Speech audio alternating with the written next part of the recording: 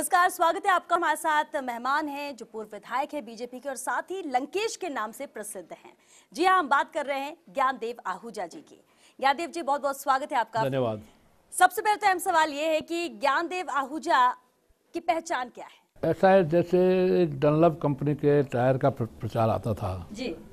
Dunlop is Dunlop, तो ज्ञानदेव आहूजा ज्ञानदेव आहूजा, ये पहचान है, बिल्कुल। इससे ज्यादा कुछ नहीं। लेकिन बेबाकी के लिए जाने जाते हैं ज्ञानदेव आहूजा। बेबाकी के लिए इसलिए जाना जाता हूँ जी। कि मुझे सच कहने का, सच बोलने का नुकसान भी हुआ है, लेकिन स्वभाव जो बचपन से बन जाता है। योगेश्वर कृष्ण, भगवान श्री कृष्ण ने अर्जुन को कहा, हे अर्जुन, हर आदमी, हर व्यक्ति अपने स्वभाव के वश होता है, स्वभाव किसी के वश में नहीं होता। फिर भी मैंने इन दिनों राजस्थान भारतीय जनता पार्टी का प्रांतीय उपाध्यक्ष होने के बाद आज शायद आपके पास में इंडिविजुअल ये मैं पहला इंटरव्यू दे रहा हूँ। जी। अभी विधानसभा गया था तो वहाँ सभी टीवी चैनलों ने एक साथ एक बाइट ले ली, लेकिन वो भी आज दी है विधानसभा चुनाव के बाद। बाकी इन दिनों मैं साइलेंट रहा हूँ। ये इस बदलाव की वजह क्या? वजह यह है कि पहले पार्टी का कोई पद और पदाधिकारी मैं नहीं था विधिवत, और वो नहीं था तो मैं कुछ भी कह देता था, कुछ भी बोल देता था।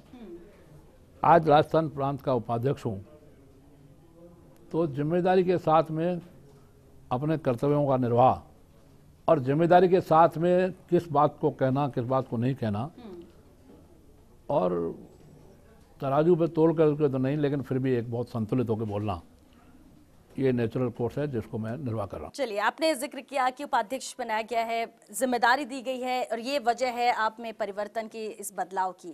ज्ञानदेव आहूजा जो उससे पहले थे, लेकिन अगर चलिए बात करें विधानसभा चुनाव की ही, टिकट कटा आपका, क्यों कटा? 2 बार विधायक रहे हैं आप, वजह क्या मानते हैं? इसके बारे में तो पार्टी के प्रदेश अध्यक्ष और माननीय मुख्यमंत्री जी कह सकती हैं क्यों कटा, लेकिन कटने का कोई कारण और वजह नहीं बताया, बस मैं इतना ही कह रहा हूँ। कोई वजह नहीं बताया, लेकिन इसके बाद आप सांगानेर से निर्दलीय नामांकन दाखिल करने भी पहुंचे थे, पर्चा भरा था आपने। मैंने सांगानेर से फार्म भरा और रामगढ़ से, श्री रामगढ़ से जहाँ मैं विधायक रहा लगातार, वहाँ से नहीं भरा और अलवर जिले से नहीं भरा। उसके 3 कारण थे जी। एक तो अपने देश में एक बहुत बड़ा ड्रॉबैक है, कमी है।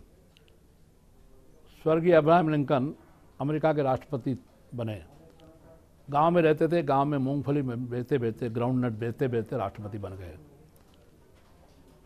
और हमारे यहाँ ये है देश में कि दिल्ली में पैदा होने वाला रातों रात राष्ट्रीय नेता हो जाता है, जयपुर पैदा होने वाला रातों रात प्रदेश नेता हो जाता है।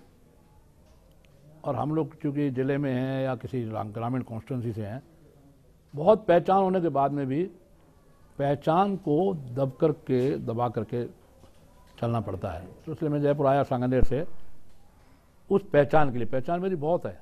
दूसरा कारण ये है कि मैं सांगानेर में रहता भी हूँ, सांगानेर विधानसभा में, मानसरोवर में मेरे भतीजे का मकान है, उसके मकान में रहता हूँ, और मेरा परिवार भी सांगानेर विधानसभा में और मेरे ससुराल भी सांगानेर में है, इसलिए मेरा चूल्हा भी सांगानेर में, मैं दूल्हा भी सांगानेर में।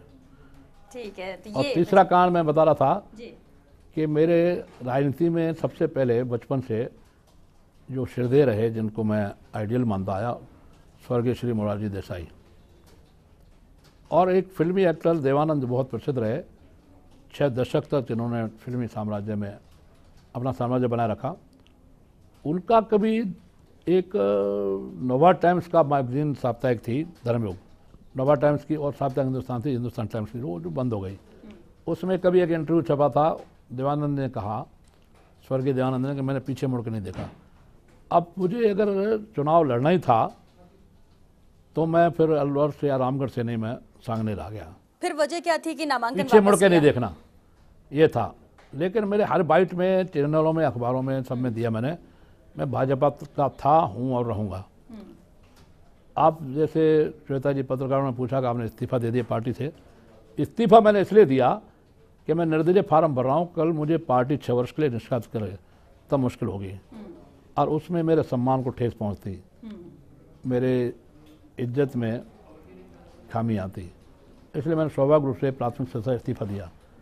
लेकिन राष्ट्रीय अध्यक्ष आए, उन्होंने मुझे और बहुत सौहार्दपूर्ण तरीके से, सहज भाव से और सौहार्दपूर्ण वातावरण में मेरे को मनाया। उन्होंने क्या कहा, मैंने क्या कहा, वो तो नहीं बता रहा हूँ जी। लेकिन इस पे एक शेर सुना रहा हूँ। हजारों गिले शिकवे शिकायत का जोड़ लगा रखा था मैंने, यार आया गले मिला, सारा गणित ही गड़बड़ हो गया। ज्ञानदेव जी, ये आप कह रहे वजह, लेकिन कहा जा रहा है कि कुछ ना कुछ डील हुई बैकडोर, क्योंकि नामांकन वापस लेना, यहाँ आपको बीजेपी का उपाध्यक्ष बना देना, इससे जोड़ के देखा जा रहा है। आप भी तस्वीर ये तो साफ पार्टी ने निश्चित किया, क्योंकि बेवजह बिना कारण मेरा टिकट कटा, ऐसा मैंने महसूस किया। मेरे राष्ट्रीय अध्यक्ष जी का उनको ठीक लगा, उन्होंने प्रदेश अध्यक्ष को और तत्काल आदेश दिया कि ज्ञानदेव जी को प्रांतीय उपाध्यक्ष बनाया। और ये उपाध्यक्ष या महामंत्री या अध्यक्ष बहुत पहले बनना चाहिए, इतनी मेरी सीनियरिटी है और इतना मेरा संघर्ष है और इतना मेरा समर्पण और डेडिकेशन है। तो फिर देरी की वजह क्या? अगर आपको लगता है और आप इतना वक्त हुआ है, आप डिजर्व करते देरी हैं, की इस वजह देरी की वजह मैंने कहा ना, मेरी भी कुछ कमी है। मैं स्वीकार कर रहा हूँ कि मेरे बेबाकी से बोलना और कुछ भी कमेंट्स कर देना, कह देना, उसमें मेरा ड्रॉबैक है, मैं अपनी कमी मानता हूं। बिल्कुल। और जब नामांकन दाखिल करने आप गए थे तो नोट भी बांटे गए थे। नोट देखिए, नोट नहीं बांटे। जिनको मैंने नोट दिए, हमारे यहाँ ढोल वाले, मजीरे वाले, हमारे यहाँ उनको अपनी भाषा में मंगरार कहते हैं, उनको हम शादी में, ब्याह में, सुख के कार्यक्रमों में उनको हम सिर पर घूर करके उनको देते हैं। तो वो जो ढोल बजाने वाले थे वो मेरे खैरथल के हैं, मैं खैरथल का रहने वाला हूँ डिस्ट्रिक्ट में, वहाँ के हैं। वो सिंध से आए, मैं सिंध से हूँ और वो सिंध से आए। उनको खुशी में वो बख्शिश दी, वो उनको 100 रुपये भेंट दी, वो नोट नहीं। क्योंकि आचार संहिता लगी हुई, आप नामांकन दाखिल करने गए, तो इससे लेकर तो यही बातें उठेंगी कि आप वजह ये बता रहे हैं। आचार संहिता में मैंने उल्लंघन नहीं किया और मैं कानून का उल्लंघन नहीं करता। 2 जगह उल्लंघन नहीं करता, एक तो ट्रैफिक के नियमों का और एक चुनाव के कानून का। बाकी कानून कोई ब्रह्मा जी ने बनाया, मैं मानता नहीं हूँ। ठीक है। आपने कहा कि आपके बोल बड़बोले बोल होते हैं, बेबाकी से आप कहते हैं, और इसीलिए आप रुपये दिए। तो they are not our voter, Sanganer के वोटर नहीं थे वो, खैरथल कॉन्स्टिट्यूंसी में और मुंडार के विधानसभा के वोटर हैं। वो उनको मैं नोट बांट के कोई वोट थोड़ी ले रहा था कि मैं आचार संहिता का उल्लंघन कर रहा हूँ। इसलिए कानून रूप से मैं बिल्कुल क्लियर हूँ और मैं नियमों गौ तस्करी को लेकर क्या कहेंगे? अलवर में जिस तरह से घटना हुई थी, इसके बाद आपके भी बड़े बयान आए थे कि जो गौ तस्कर हैं, जो गौ हत्या करते हैं, वो आतंकवादी हैं। देखिए, एक बात मैं बता रहा हूँ, गौ माता को मैंने अपनी सगी माँ की तरह से माना है और मेरी संपूर्ण गोवंश के लिए श्रद्धा है। गोपाष्टमी हो या कोई सा भी गाय को पूजने का क्षण हो, उस पर मेरी तत्परता रहती है। और गौ माता को 33 करोड़ देवताओं का वास कहा है। आप गाय की पूजा करें तो उसमें माँ बाप की भी पूजा हो जाती है, उसमें गुरुजन की पूजा हो जाती है, देवताओं की पूजा होती है, 9 ग्रहों का पूजन हो जाता है। इतना मैं गाय को श्रेष्ठ मानता हूँ। और गाय को श्रेष्ठ मानता हूँ तो उसको कोई अपहरण, जिसे कहना चाहिए, तस्करी करे, गौ तस्करी या उसकी हत्या करे, उसके गौमांस को बेचे या खाए, तो उनको। लेकिन उसके लिए तो कानून है, उसके लिए कानून है, कानून अपना काम करेगा अगर इस तरह से कोई करता है तो। लेकिन आपने कहा कि जो गौ तस्करी करेगा वो मरेगा। जो बयान जो दिए वो गुजरे जमाने की बात हो गई, उसको अपना दोहराएं तो ठीक है। पर ये निश्चित है कि मैंने कानून का उल्लंघन नहीं किया ये बोल के, कानून का उल्लंघन तो उन्होंने किया है। 1995 में माननीय महामहिम भैरव सिंह जी शेखावत ने कानून बनाया, विधेयक पास किया, जिसमें राजस्थान का गोवंश बिना कलेक्टर, एसडीएम कम से कम और संबंधित थाने के तस्दीक से और उनके सर्टिफिकेट के बाद ही गौ तस्करी यहाँ से हो। गोवंश जिसमें गाय, बैल, बछड़ा, बछड़ी और सांड, नंदी जिसको कहते हैं, ये तभी यहाँ से जाएंगे कि जब कलेक्टर की, एसडीएम की अनुमति होगी या थानेदार की अनुमति होगी। किसी की अनुमति नहीं तो गैर कानूनी तो वो है ना। मैं गैर कानूनी कहा हूँ, मैंने क्या गैर कानूनी बोला? चलिए ठीक है। और जिस तरह से आप बेबाकी से जवाब ले रहे हैं, ज्ञानदेव आहूजा जी हमारे साथ बने हुए। गौ हत्या ही नहीं, इसके अलावा भी बहुत सारे ऐसे इश्यूज थे, ऐसे मुद्दे थे जिस पर बयान दिया है ज्ञानदेव आहूजा जी ने, उसको लेकर भी हम बात करेंगे कि आखिर उसके पीछे की तस्वीर असल है क्या। आप बने रहिए हमारे साथ। यहाँ रुकेंगे एक छोटे से ब्रेक के लिए, जल्द हाजिर होते हैं इस ब्रेक के बाद।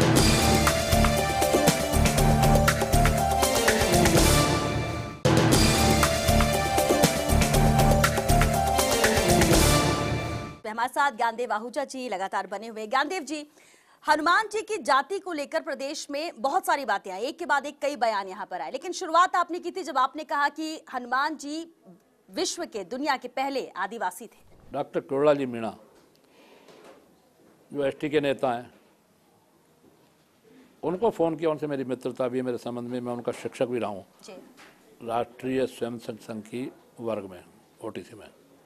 उनको मैंने फ़ोन किया कि मैंने कहा दुख की बात है कि आप लोगों ने 2 अप्रैल को जुलूस निकाला, तोड़फोड़ की, आगजनी की, देश का नुकसान किया। तुम एक अच्छे डॉक्टर हो और प्रोफेशनल, न सही राजनीति में आ गए, और राजनीति में आकर के तुमने ये सब नहीं करना चाहिए तुम लोगों ने जो 2 अप्रैल को किया। और एक भद्दा दृश्य हुआ कि हनुमान जी के चित्र के साथ बेअदबी की गई, और तुम अपने आप को आदिवासी कहते हो। आदिवासी कहना, हम लोग सब आदिवासी हैं। प्रारंभ में तो सब आदिवासी थे ना, हम लोग सब आदिवासी थे प्रारंभ में। शहरों में कौन था? बड़े शहर थे ही नहीं, और बड़े शहरों और कस्बों का कोई उस समय बात नहीं थी, गाँव थे, आदिवासी। तो भगवान श्री राम, रघुनाथ जी, श्री राम जी जब वनवास गए तो वन के आदिवासियों ने उनका साथ दिया। अंगद और हनुमान जी उनमें श्रेष्ठ सेनापति थे। तो मैंने कहा तुम अपने आप को आदिवासी कहते हो, और शर्म की बात है, तुमको शर्म आनी चाहिए डॉक्टर साहब।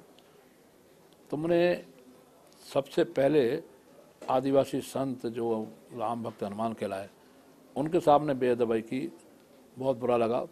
उन्होंने अपना स्पष्टीकरण दिया कि हम लोगों ने एसटी वालों ने किया, एससी वालों ने किया, यहाँ ने किया, वहाँ किया, मैंने जहाँ भी किया, लेकिन आंदोलन तुम्हारा सामूहिक था एसटी एससी वालों का, इसलिए ये सब भद्दे दृश्य नहीं देखने चाहिए भविष्य में, और हनुमान जी की भक्ति करें हम लोग, उनके प्रति श्रद्धा रखें, ये कहा उनको। और एक अगर अहम बात की जाए, नेतृत्व नहीं बदला तो विधानसभा चुनाव हारेंगे, ये आपने 11 महीने पहले कहा था। आज उस संबंध में कुछ नहीं कहूँगा।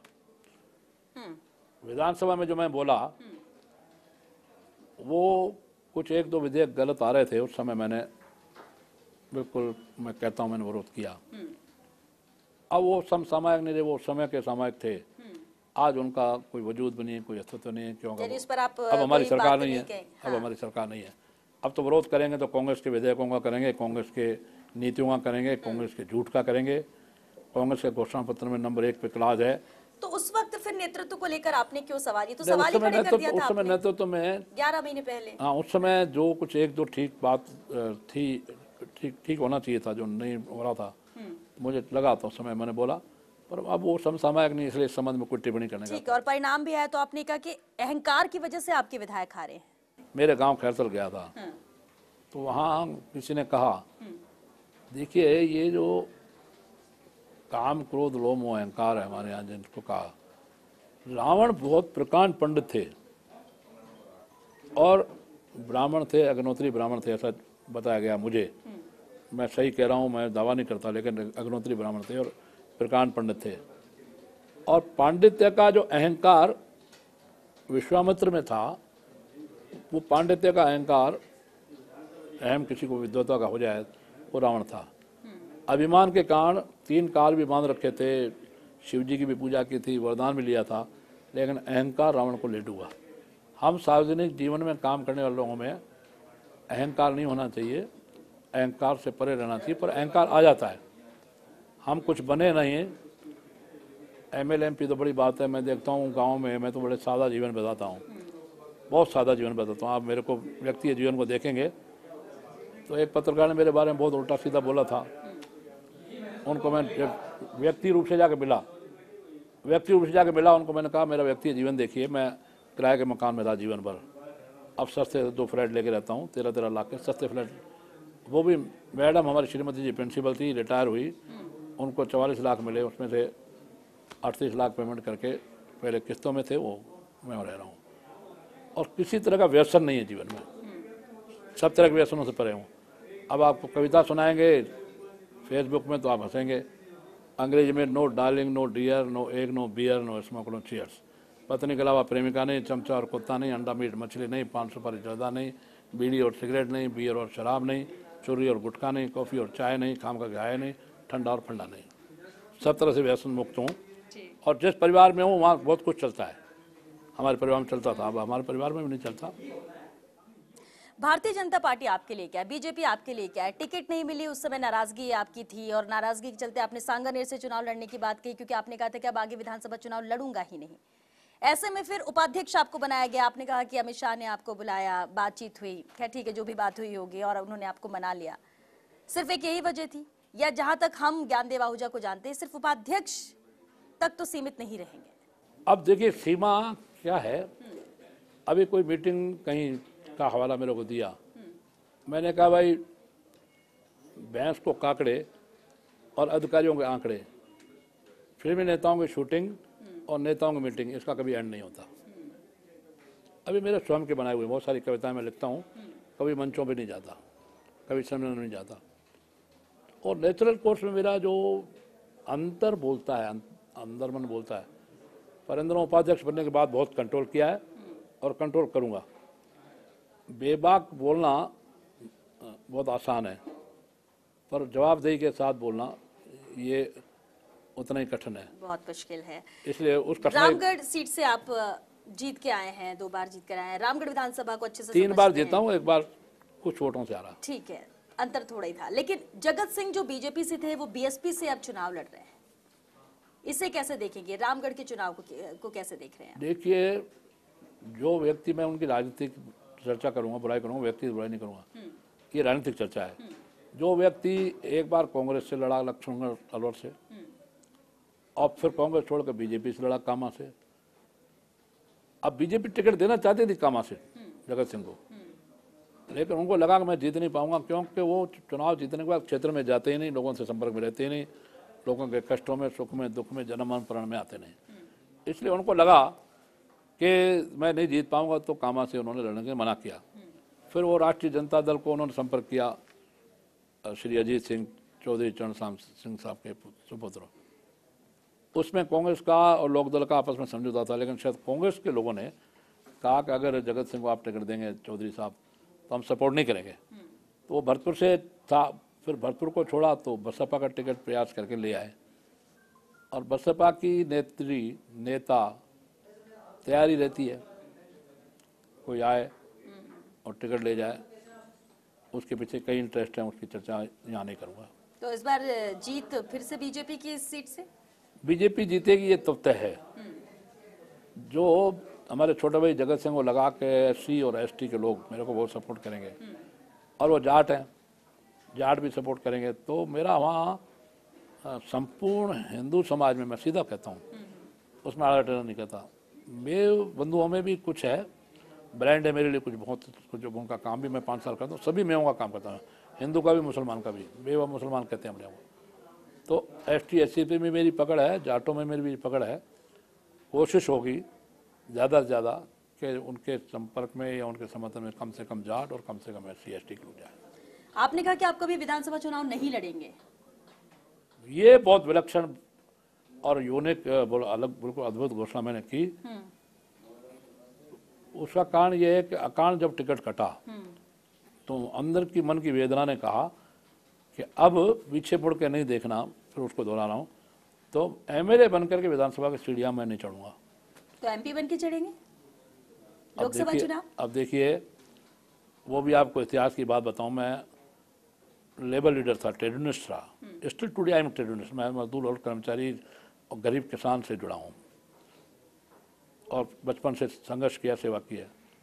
जब मैं भारतीय मजदूर संघ में था, लेबर लीडर था, संघ योजना से RSS योजना से भारतीय मजदूर संघ का, स्टेट ऑल इंडिया के कई फेडरेशनों में, गवर्नमेंट की कमेटियों में, ESI में, PFS में, उस समय हमारे साथी लोग विधानसभा जाते थे, और विधानसभा में मजदूरों या कर्मचारियों के लिए, एम्प्लॉयज़ के लिए, लेबर के लिए क्वेश्चन लगवाते थे। क्वेश्चन का उत्तर उस समय नाथू सिंह जी MLA, कभी रत्नजीत सिंह जी MLA, कभी गुलाब जी कटारिया, उनसे लगवाते थे, और वो कहते थे आज अपना क्वेश्चन लगाए, प्रश्न लगाए, तारांकित स्टार क्वेश्चन, उसका जवाब आएगा तो आप चलें विधानसभा। तो मैं एक बात कहता था कि भाई मैं विधानसभा अंदर नहीं जाऊँगा। तो साथी पूछते थे भारतीय मजदूर संघ के और पदाधिकारी, मेरे से सीनियर भी जूनियर, क्यों ज्ञानदेव जी, भाई जिस दिन मैं खुद विधायक बनूंगा तब विधानसभा देखूंगा अंदर, श्रोताओं के रूप में मैं गैलरी में जाकर नहीं बैठूंगा। संसद में भी मैं कई बार गया हूँ, सेंट्रल हॉल में बैठा हूँ, कैंटीन में बैठा हूँ, केंद्रीय मंत्रियों के कक्ष में गया हूँ, माननीय अडवाणी जी थे, सारे मंत्री, माननीय अटल जी से भी मिलने गए उनके कक्ष में, पर मैं संसद में, लोकसभा या राज्यसभा अंदर नहीं गया। यानी एमपी बनने के बाद ही जाएंगे, जिससे विधानसभा पहुंचे विधायक बनकर। और ये बर्तरी बाबा की कृपा है, मेरे यहाँ बर्तरी बाबा लोक देवता है, तपोभूमि बर्तरी बाबा की, बजरंगबली की कृपा है। बजरंगबली भी वज्रावतार हैं, बर्तरी जी भी वज्रावतार हैं, शिव जी का अवतार है। तो वहाँ एक संकल्प लिया हुआ है। अब बर्तरी बाबा, ये संकल्प इस बार पूरा होगा 2019 लोकसभा? जिस दिन सांसद बनूंगा राज्यसभा लोकसभा में, उस दिन संसद की अंदर की गैलरी और उन सीटों को देखूंगा।